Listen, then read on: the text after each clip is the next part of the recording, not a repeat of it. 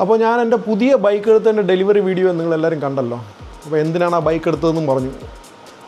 ഒരു വ്യത്യസ്തമായ കുറച്ച് ടെറൈൻസ് പരീക്ഷിക്കാനാണ്. മീൻസ് ഞാൻ ഇന്നുവരെയും യഥാർത്ഥത്തിൽ ഞാൻ റൈഡ് ചെയ്ത സമയത്തൊന്നും ഞാൻ ഈ ഓഫ് റോഡിങ് എന്ന് പറയുന്നത് അങ്ങനെ ചെയ്തിട്ടില്ല. കാര്യം എനിക്കത് ചെയ്യാനായിട്ടുള്ള താല്പര്യമില്ല. ഞാൻ ഉപയോഗിക്കുന്ന ബൈക്കുകൾ അങ്ങനെ ആയതുകൊണ്ട്. അപ്പോൾ ഈ ഓഫ് റോഡിങ് ചെയ്യാൻ വേണ്ടിയാണ് ഞാനിപ്പം GSA എടുത്തത് 1300. അപ്പോൾ അതിന് ആ വണ്ടി എടുത്തതിൽ എനിക്ക് യാതൊരു വിധത്തിലുള്ള ഒരു പശ്ചാത്തലമില്ല. കാര്യം അത്രയ്ക്ക് കിടിലം വണ്ടി, ഒന്നും നോക്കാനില്ല. കാര്യം എന്ന് പറഞ്ഞു കഴിഞ്ഞാൽ നമുക്കിപ്പോൾ ഒരു ഓൾ വേൾഡ് റൈഡ് പോകണമെങ്കിൽ പോലും സെറ്റാണ്. കാര്യം BMൻ്റെ ഷോറൂമുകൾ എല്ലായിടും ഉണ്ട്, എല്ലാ രാജ്യത്തും ഉണ്ട്. നമുക്ക് ടയറായാലും ബാക്കിയെല്ലാം നമുക്ക് അവിടെ ചെയ്യാൻ പറ്റും. അവിടെ RSA, ഇന്ത്യക്കകത്ത് ഫുള്ള് RSA ഉണ്ട്. അപ്പോൾ ഞങ്ങൾ എങ്ങനെ ബൈക്ക് എടുത്തു. അപ്പം ആദ്യമായിട്ടൊന്ന് റൈഡ് ചെയ്ത് നോക്കണമല്ലോ. ബൈക്ക് എടുത്ത് നമ്മുടെ അമ്പലത്തിൽ കൊണ്ടുപോയി ഒന്ന് പൂജിച്ചു. അത് കഴിഞ്ഞിട്ട് ഇതുവരെ ഓടിച്ചില്ല. അപ്പോൾ ഞാനും അമലും സജിനുമായിട്ട് ചേർന്നും കൊണ്ട് ഇന്ന് ഞായറാഴ്ചയാണ് ചെറുതായിട്ടൊരു കറക്കം കറങ്ങാൻ പോകുന്നു. കാര്യം ഞാനിന്ന് വൈകുന്നേരം ഒരു ആവശ്യമായിട്ട് കാലിക്കറ്റ് പോകുന്നുണ്ട്. അപ്പം ഇന്ന് യഥാർത്ഥത്തിൽ തെന്മല റൈഡ് വെച്ചിരുന്നതാണ്. പക്ഷേ അത് തിരിച്ചു വരുമ്പോൾ ലേറ്റാകുകൊണ്ടാണ് അത് മാറ്റിയത്. അപ്പോൾ ഞങ്ങളിപ്പോൾ വീട്ടിൽ നിന്ന് ഇറങ്ങി ജസ്റ്റ് ഒരു ചെറിയൊരു കറക്കം കറങ്ങാൻ വേണ്ടി പോകുന്നു. അപ്പോൾ അതൊരു ചെറിയൊരു വ്ളോഗായിട്ട് നിങ്ങളെ കാണിക്കാം. വണ്ടി ഓടിച്ച് നോക്കുന്നതാണ്, ഹൈവേയിലല്ല, അല്ലാതെ ചെറിയ റോഡുകളിലൊന്ന് ഓടിച്ച് നോക്കാനായിട്ട് പോവുകയാണ്. ഓക്കെ, അപ്പം വണ്ടി ഓടിക്കുന്ന കാഴ്ചകൾ ഞാൻ കാണിച്ചു തരാം. എന്നിട്ട് അതിൻ്റെ ചെറിയ എന്താണ് എനിക്ക് ആ ഫീല്, വണ്ടി ഓടിച്ചപ്പോൾ കിട്ടിയ ആ ഫീൽ എന്താണെന്ന് ഞാൻ നിങ്ങളടുത്ത് ഷെയർ ചെയ്യാം. ഓക്കെ, അപ്പോൾ അതാ നമ്മുടെ അമൽ വന്നു. രാവിലെ 6 മണിക്ക് ഞാൻ അമലിനൊരു മെസ്സേജ് അയച്ചു.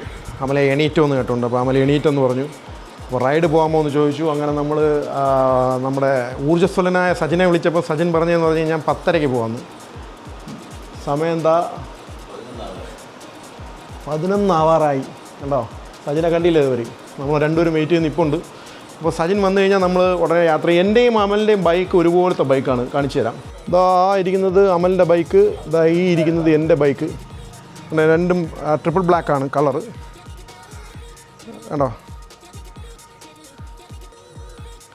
അത് അമലിൻ്റെ ബൈക്ക്.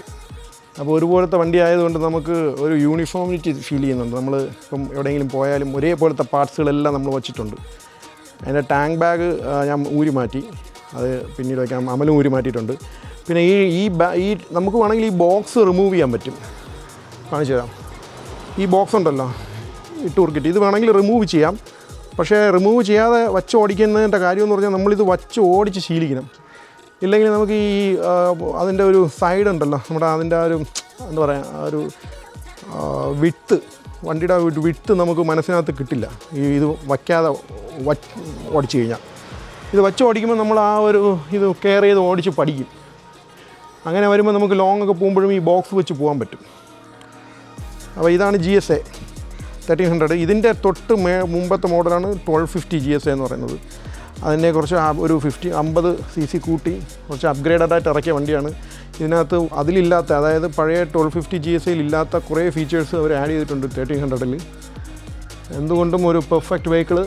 ഇപ്പോൾ ഒരു പ്രീമിയം സെഗ്മെൻറ്റിൽ നമുക്കൊരു ഓഫ് റോഡിങ് ചെയ്യുന്ന ബൈക്ക്, അല്ലെങ്കിൽ ഒരു എല്ലാ ടെറൈനിലും ഓടിക്കാൻ പറ്റിയ ഒരു ബൈക്ക് വേണമെന്നുണ്ടെങ്കിൽ 100%, അതായത് ഇത് അഫോർഡബിൾ ആണെങ്കിൽ, ഈ ഒരു പ്രൈസ് അഫോർഡബിൾ ആണെങ്കിൽ 100% എടുക്കാൻ പറ്റിയ വണ്ടികളാണിത്. ഇപ്പോഴും സെയിം, അതായത് ഇത്രയും ഫീച്ചേഴ്സ് ഇല്ലെങ്കിൽ പോലും ഓഫ് റോഡ് ഓടിക്കേണ്ട വണ്ടികളുണ്ട്. ഇപ്പോൾ 390 KTMൻ്റെ 390 അഡ്വഞ്ചർ ഇറക്കിയിട്ടുണ്ട്. നല്ല വണ്ടിയാണ് അതും. നമ്മുടെ വില അല്ലെങ്കിൽ ബൈക്കിൻ്റെ ക്വാളിറ്റി അല്ലെങ്കിൽ പ്രീമിയം ബൈക്കാണോ അല്ലയോ എന്നുള്ളതല്ല കാര്യം. ആവശ്യങ്ങൾ നടക്കുക. പിന്നെ ഇത് ഞങ്ങൾ എടുക്കാൻ കാര്യം ഞങ്ങൾ ഉപയോഗിച്ച് ശീലിച്ചവരാണ്, അതുകൊണ്ടാണ്.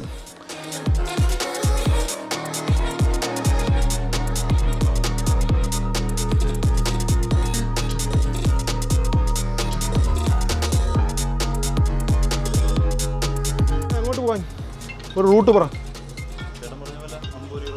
നമുക്കൊരു കുറച്ച് തിരക്ക് കുറഞ്ഞ റൂട്ട് പിടിക്കാം അല്ലേ? 50 റൂട്ട് പോയിട്ട് ജസ്റ്റ് പോരാം. എനിക്ക് വൈകുന്നേരം പോകാൻ വേണമല്ലോ. അപ്പോൾ കുറച്ച് നേരത്തെ എത്തണം. ഒരു 1 ഹവറിനകത്തുള്ള റൈഡ്. നമുക്ക് ആ കാട്ടാക്കട റൂട്ട് അങ്ങനെ ഒന്ന് കറങ്ങിയിട്ട് വരാം. ഓക്കെ, സജിനെ ഒന്ന് വിളിച്ചോ എങ്കിൽ ഞാനൊന്ന് റെഡി ആയിട്ട് വരാം. അപ്പോൾ എനിക്കൊന്ന് റൈഡിങ് ബൂട്ടൊക്കെ ഒന്ന് ഇട്ടിട്ടതാണ്. അപ്പോൾ ഈ റൈഡ് ചെയ്യുന്നവരുടെ ഒരു ശ്രദ്ധയ്ക്ക്, നമ്മളിപ്പം ഷോർട്ട് റൈഡുകൾക്കൊക്കെ നമ്മുടെ റൈഡിങ് ബൂട്ട് യൂസ് ചെയ്യാറില്ല. പക്ഷെ അങ്ങനെ ചെയ്യരുത്. റൈഡിങ് ബൂട്ട് യൂസ് ചെയ്യണം. റൈഡിങ് ബൂട്ട് എന്ന് പറഞ്ഞാൽ ഇപ്പോൾ പുതിയ ഒരു ഇത് ഇറങ്ങിയിട്ടുണ്ട്. അതായത് നമുക്ക് റൈഡ് ചെയ്യുമ്പോഴും അല്ലാത്തപ്പോഴും ഉപയോഗിക്കാം.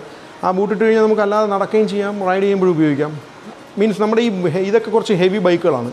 നമ്മൾ കാല് ഊന്നിയിട്ട് ഇപ്പം ഉദാഹരണത്തിന് നമ്മൾ സ്റ്റാൻഡിൽ നിന്ന് എടുക്കുമ്പോൾ തന്നെ കാല് സ്ലിപ്പായി കഴിഞ്ഞാൽ വണ്ടി അങ്ങ് ചരിയും. മാത്രമല്ല നമ്മളിപ്പോൾ ഓടിക്കുന്ന സമയത്ത് എന്തെങ്കിലും ഒരു അപകടം പറ്റിയാൽ നമുക്ക് ഏറ്റവും കൂടുതൽ ആദ്യം ബാധിക്കാൻ നമ്മളെ ഈ ആംഗിളിലാണ്. അത് പ്രൊട്ടക്റ്റ് ചെയ്യും. അപ്പോൾ നമ്മൾ ഏറ്റവും കൂടുതൽ ഉപയോഗിക്കേണ്ടത് റൈഡിങ് ബൂട്ട് ഇട്ട് തന്നെ നമ്മൾ റൈഡ് ചെയ്യുക. അതിപ്പം ഏത് ബൈക്കായാലും ഇപ്പോൾ വെയിറ്റ് കൂടിയതല്ലോ അല്ലെങ്കിലും ഇട്ടാൽ നല്ലതാണ്. പിന്നെ ജാക്കറ്റൊക്കെ ഈ പറഞ്ഞ പോലെ ഇപ്പോഴത്തെ ക്ലൈമറ്റിൽ നിങ്ങൾക്ക് ഇപ്പോൾ ചെറിയ യാത്ര പോകുന്നെങ്കിൽ ജാക്കറ്റ് യൂസ് ചെയ്യണമെന്നില്ല. എന്നാലും അത് ചെയ്താൽ വളരെ നല്ലത്. പിന്നെ ഹെൽമെറ്റ് പറയണ്ടല്ലോ, മസ്റ്റായിട്ട് ഹെൽമെറ്റ് യൂസ് ചെയ്യണം. ഹെൽമെറ്റ് ഇല്ലാതെ ഒരു 5 കിലോമീറ്റർ പോലും ഓടിക്കരുത്. ഓക്കെ, നമ്മുടെ സേഫ്റ്റി നമ്മൾ നോക്കണം. എങ്കിലേ നമുക്ക് വീണ്ടും വീണ്ടും ബൈക്ക് ഓടിക്കാനൊക്കെ ഉള്ള ഒരു ആരോഗ്യം കിട്ടുള്ളൂ. കാര്യം ആരോഗ്യത്തിൻ്റെ വിലയൊക്കെ ഞാൻ നല്ലവണ്ണം മനസ്സിലാക്കിയിട്ട് വന്ന ആളായെന്ന് പറയാണ്. ഓക്കെ, അപ്പോൾ ഇപ്പോൾ സജിൻ വരും. സജിൻ വന്നാൽ ഉടനെ നമ്മൾ ഇറങ്ങും. നമ്മൾ ഇന്നിപ്പോൾ അമ്പൂരി ഭാഗത്തോട്ട് നമ്മുടെ വീട്ടിൽ നിന്ന് എനിക്ക് ഒരു 10-20-25 കിലോമീറ്റർ ഉണ്ടെന്ന് തോന്നുന്നു. അപ്പോൾ അങ്ങനെ അവിടേക്ക് ഒന്ന് കറങ്ങിയിട്ടിങ്ങ് വരും, ഒരു 1 hour റൈഡ്. അപ്പോൾ ഞങ്ങൾ ഇറങ്ങുകയാണ്. മണി 11:15. സജിൻ വന്നില്ല. എന്തായാലും ഞങ്ങളിപ്പോൾ സജിനെ തിരക്കി അങ്ങോട്ട് പോകാൻ പോകണം. അപ്പോൾ ഇറങ്ങുന്നു, ബൈക്ക് എടുക്കുന്നു.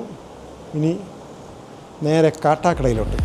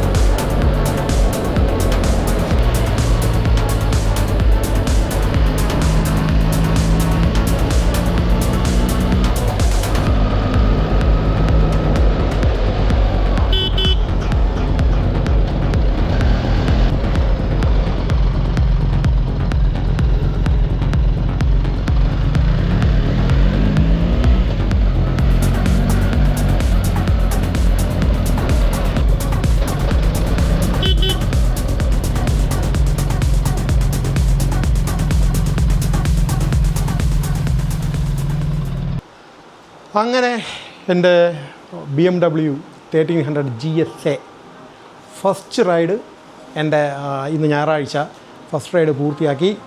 ഒരു ഷോർട്ട് റൈഡാണെങ്കിലും ചെറുതായാലും വലുതായാലും എല്ലാ റൈഡുകളും പ്രാധാന്യമുള്ളതാണ്. അപ്പോൾ ഇന്ന് ഞാനും അമലുമായിട്ട് എൻ്റെ വീട്ടിൽ നിന്ന് ഏതാണ്ട് ഒരു 30 കിലോമീറ്ററോളം ചുറ്റി. കുറേ റൂട്ടുകൾ പോയി. ആദ്യം പ്രതീക്ഷിച്ച റൂട്ട് പോയില്ല, കാര്യം എനിക്ക് 4 മണിക്ക് ട്രെയിനാണ്. ഇപ്പം തന്നെ മണി 1 ആവാറായി.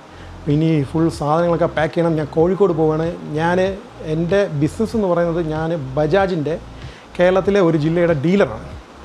അപ്പോൾ എനിക്ക് പിന്നെ അതിൻ്റെ നമ്മുടെ ഒരു EV ഞങ്ങളുടെ ഒരു പ്രോഡക്റ്റ് EV ഇലക്ട്രിക് വണ്ടിയുടെ ഒരു ഗോഗോ എന്ന് പറയുന്ന ഇലക്ട്രിക് ഓട്ടോറിക്ഷയുടെ ലോഞ്ചാണ് തിങ്കളാഴ്ച ഇരുന്ന്. ഞാനത് നിങ്ങളെയൊക്കെ ഷൂട്ട് ചെയ്ത് കാണിക്കാം. അപ്പോൾ അതിനുവേണ്ടി കോഴിക്കോട് പോവുകയാണ്. അപ്പോൾ ഇന്ന് വൈകുന്നേരം, ഇന്ന് ഞായറാഴ്ചയാണ്, 4 മണിക്ക് ട്രെയിനാണ്. ട്രെയിനിൽ പോയിട്ട് രാത്രി അവിടെ എത്തും.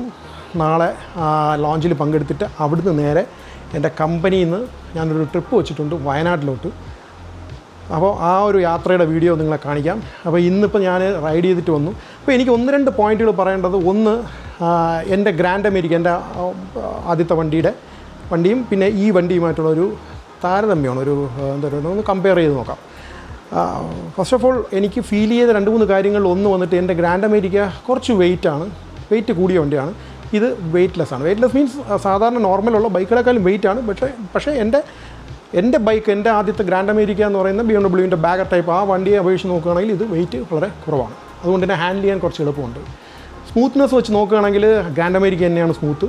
കാര്യം അതിൻ്റെ ആ ശബ്ദവും അതിൻ്റെ ഒരു ഫീൽ അത് വേറെയാണ്. അപ്പോൾ അതിന് ഞാൻ ഗ്രാൻഡ് അമേരിക്കയ്ക്ക് മാർക്ക് കൊടുക്കുകയുള്ളൂ, GSAക്ക് മാർക്ക് കൊടുക്കില്ല. കാര്യം ഇതൊരു അഡ്വഞ്ചർ ടൈപ്പ് വണ്ടി ആയതുകൊണ്ട് തന്നെ അതിൻ്റേതായിട്ടുള്ള പോരായ്മകളുണ്ടാവും. കാരണം നമുക്കൊരു ടൂറർ ഓടിച്ച് പോകുന്നതിൻ്റെ ഒരു ഫീലും ആ ഒരു സുഖവും കിട്ടത്തില്ല.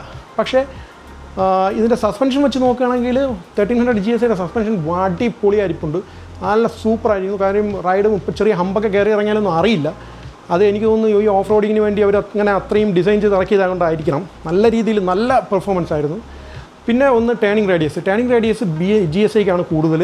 എനിക്ക് പിന്നെ എൻ്റെ ഗ്രാൻഡ് അമേരിക്കയ്ക്ക് അത്രയും ടേണിംഗ് റേഡിയസ് കിട്ടാറില്ല. അപ്പോൾ അത് കുറച്ച് വളയ്ക്കാനും തിരിക്കാനും ഒക്കെ പാടാണ്. പക്ഷേ GSAക്ക് അങ്ങനെയല്ല. GSA ഒരു പോക്കാണ് എടുത്ത് വെച്ചിട്ട് നമുക്ക് എങ്ങനെ വേണമെങ്കിലും പോവാം.